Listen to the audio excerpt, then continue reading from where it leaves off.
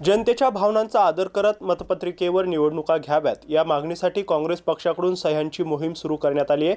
आज या मोहिमेची सुरुवात रेल्वे स्टेशन येथून करण्यात आली आहे।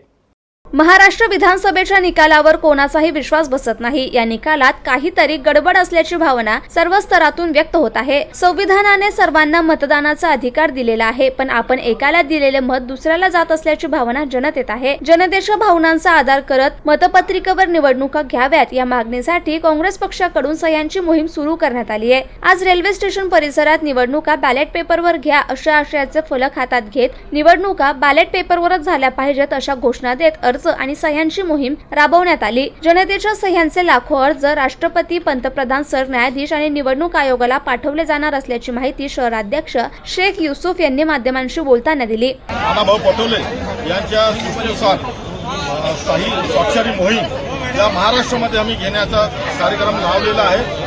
आज याचं उद्घाटन झालेलं आहे। आज औरंगाबाद शहरामध्ये रेल्वे स्टेशन जवळ आम्ही बूथ लावलेला स्टॉल लावलेली आहे आणि सगळे जेवढे प्रवासी इथे येत आहे त्यांनी आम्हाला प्रतिसाद देत आहे की त्यांचं असं म्हणणं आहे की बॅलेटवरच निवडणुकीला झाले पाहिजे, ईव्हीएम मशीन हटाव आणि बॅलेट पेपरवर निवडणुका झाले पाहिजे। म्हणून काँग्रेस शहर जिल्हा काँग्रेस कमिटीतर्फे हे मोहीम राबविण्यात येत आहे।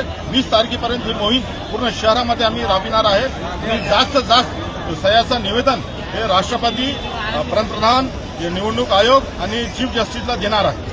यावेळी महिला अध्यक्ष दीपाली मिसाळ, शेख अथर, उमाकांत खोतकर, डॉक्टर निलेश अंबेवाडीकर, मुझफ्फर खान, इम्रान पठाण, योगेश थोरात, लियाकत पठाण, अकेब रिझवी, साहेबराव बनकर, प्रदेश पदाधिकारी, ज्येष्ठ नेते, फ्रंटल आणि सेल विभागाचे अध्यक्ष आणि पदाधिकारी तसेच कार्यकर्ते उपस्थित होते।